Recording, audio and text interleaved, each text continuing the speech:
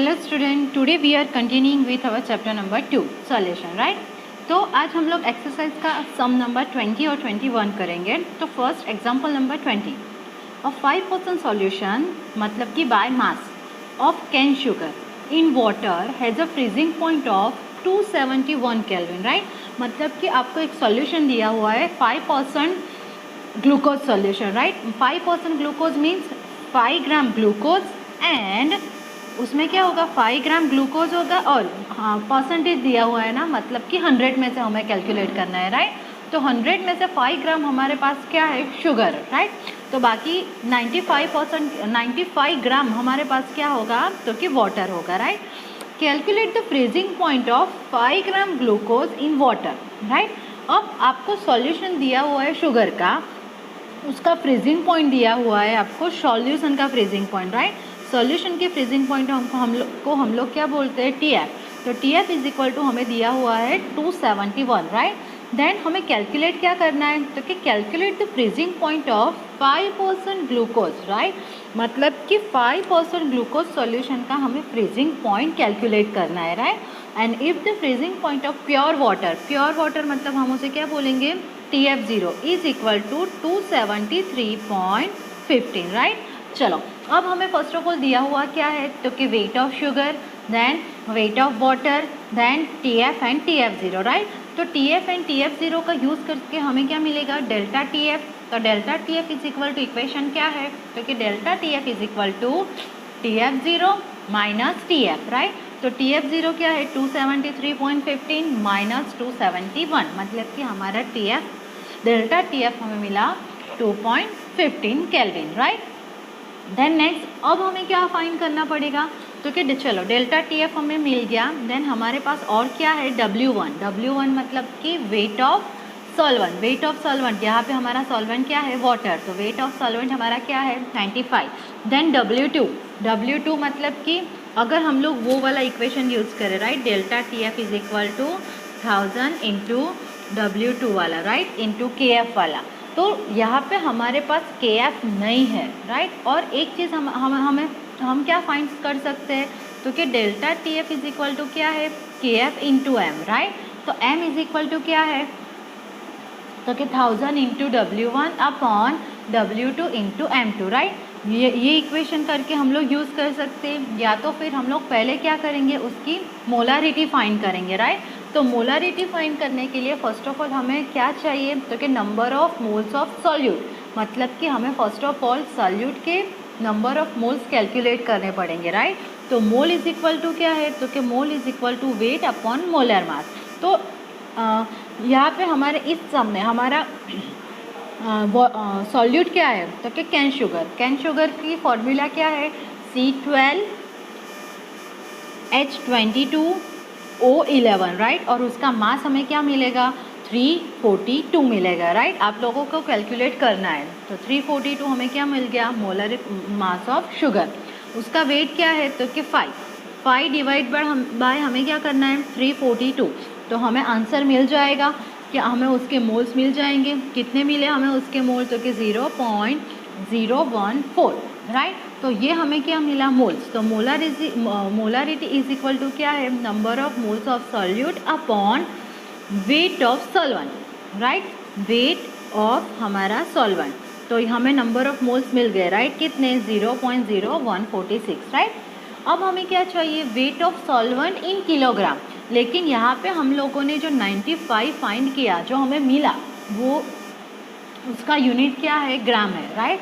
तो हमें क्या करना पड़ेगा, ग्राम कन्वर्टेड इनटू किलोग्राम। तो 95 divided by 1000 is equal to 0.095 kilogram.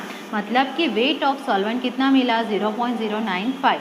तो हमें उसकी क्या मिलेगी, मोलारिटी मिलेगी। क्या मिली हमें उसकी मोलारिटी, तो कि 0.1537 मोल किलोग्राम इनवर्स, राइट।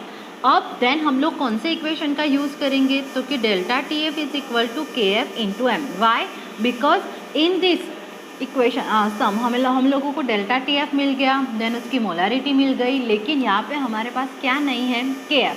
तो KF इज इक्वल टू क्या हो जाएगा, डेल्टा TF अपॉन M। चलो तो यहाँ पे देखो डेल्टा TF और अपॉन एम की वैल्यू पुट की है तो हमें आंसर क्या मिला 13.99 केल्विन किलोग्राम मोल इनवर्स मिला, राइट।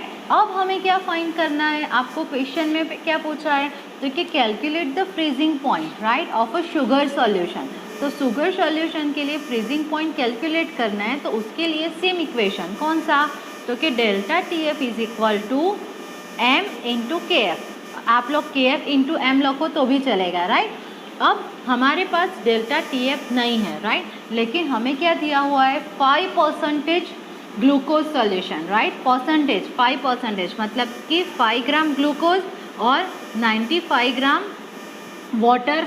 चलो हमें शुगर यहाँ पे ग्लूकोज का फाइंड करना है ना, तो ग्लूकोज का क्या होगा C6H12O6, राइट, और उसका मोलेकुलर मास हमें क्या मिलेगा, तो कि 180 मिलेगा, राइट।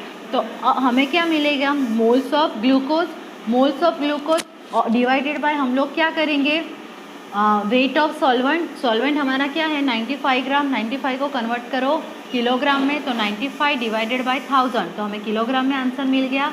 तो हमें क्या मिल जाएंगे मोल्स ऑफ ग्लूकोज। तो देखो यहाँ पे हम लोगों ने मोल्स ऑफ ग्लूकोज फाइंड कर लिए, then moles of glucose find कर लिए 5 डिवाइडेड बाय 180 से।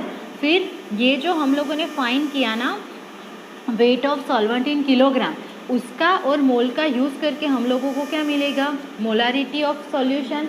चलो तो molarity of solution is equal to क्या होगा moles of glucose upon weight of solvent in kilogram.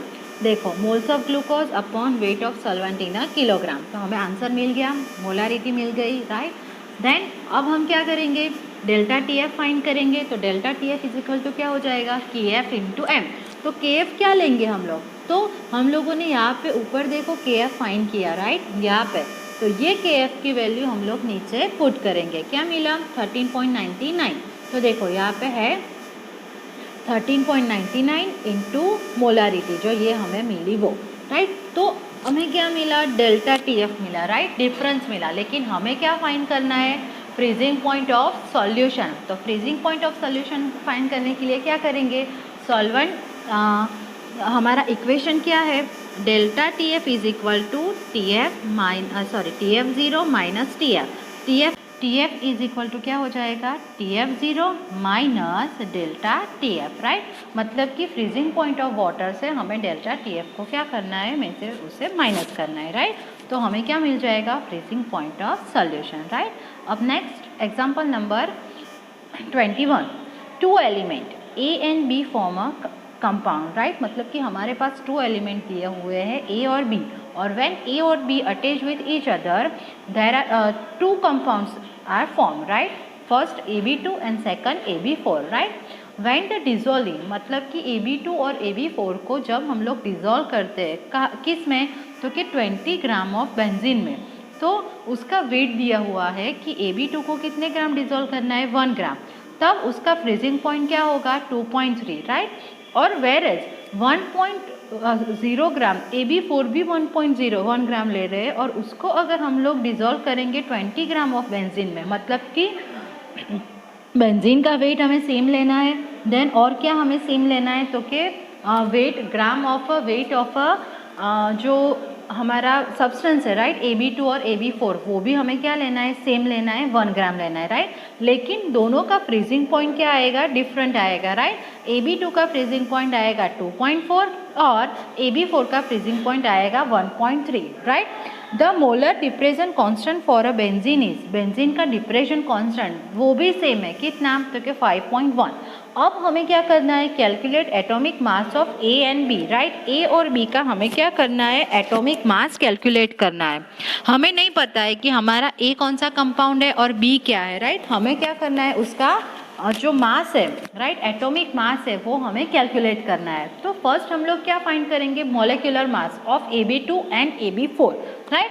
तो हमारे पास जो इक्वेशन था M2, राइट, डेल्टा TF वाला जो इक्वेशन था वहाँ पे हम लोग क्या फाइंड करेंगे M2। तो M2 इज इक्वल टू क्या हो जाएगा 1000 into W2 into KF divided by delta TF into W1, right. तो W1 मतलब कि क्या है, तो कि वेट ऑफ बेंजीन, राइट। हम लोग दोनों के लिए फाइंड करेंगे AB2 और AB4, राइट। तो दोनों में W1 की वैल्यू सेम है, देखो 2020, राइट। दोनों में KF की भी वैल्यू हमें सेम लेनी है, 5.1 लेनी है। देन अब हमें क्या फाइंड करना है, W2 हमारा क्या है, 1 ग्राम है, राइट। डेल्टा TF हमें क्या लेना है, डेल्टा TF हमें क्या लेना है, तो के 5.1 लेना है, राइट। तो यहाँ पे हमारा डेल्टा TF क्या है, 5.1 है, राइट। अरे सॉरी, डिप्रेशन कांस्टेंट 5.1 है, राइट। लेकिन डेल्टा TF हमारा क्या हो जाएगा, अलग अलग है दोनों के लिए।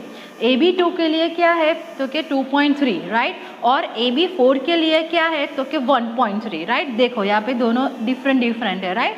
अब सॉरी, एक इक्वेशन में हम लोग ये इक्वेशन में हम लोग सब वैल्यू पुट करेंगे तो हमें क्या मिलेगा, molecular mass of AB2 and molecular mass of AB4, right. अब नेक्स्ट हम लोगों को क्या करना है, कैलकुलेट एटॉमिक मास फाइंड करना है, राइट। तो पहला हमारा मॉलिक्यूल है, कंपाउंड है AB2, राइट। तो weight of atomic weight of A को हम लोग क्या एज्यूम करेंगे, X, और B को हम लोग क्या एज्यूम करेंगे, Y। तो A कितना है हमारे पास 1, तो X1 प्लस Y कितने हैं 2, तो क्या मिलेगा 2Y इज इक्वल टू, दोनों का मोलिकुलर मास कितना मिला, तो कि 110.87, तो 110.87, राइट।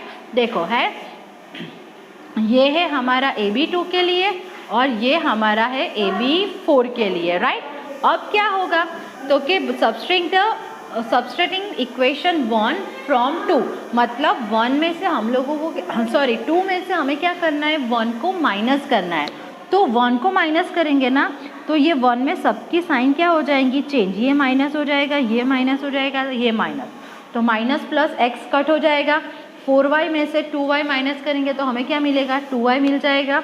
और 196.15 माइनस 110.87 करेंगे तो हमें क्या मिलेगा, 85.28। अब हमें क्या फाइंड करना है, y फाइंड करना है। तो y इज इक्वल टू क्या होगा, 85.28, राइट। तो हमें y भी मिल गया। अब हमें क्या करना है, ये दोनों में से कोई भी एक इक्वेशन में हमें क्या करना है, y की वैल्यू पुट करनी है, राइट। यहाँ पे आप लोगों को इक्वेशन 1 में y की वैल्यू पुट की है, आप लोग अपने आप इक्वेशन 2 में भी y की वैल्यू पुट करके आंसर ला सकते हैं, राइट। जब हम लोग y की वैल्यू पुट करेंगे ना, तो हमें क्या मिलेगा, x की वैल्यू मिल जाएगी। x मतलब कि कंपाउंड A, राइट। तो A का एटॉमिक मास क्या मिलेगा, 85.28, और B का एटॉमिक मास क्या मिलेगा, 42.64। Okay, thank you.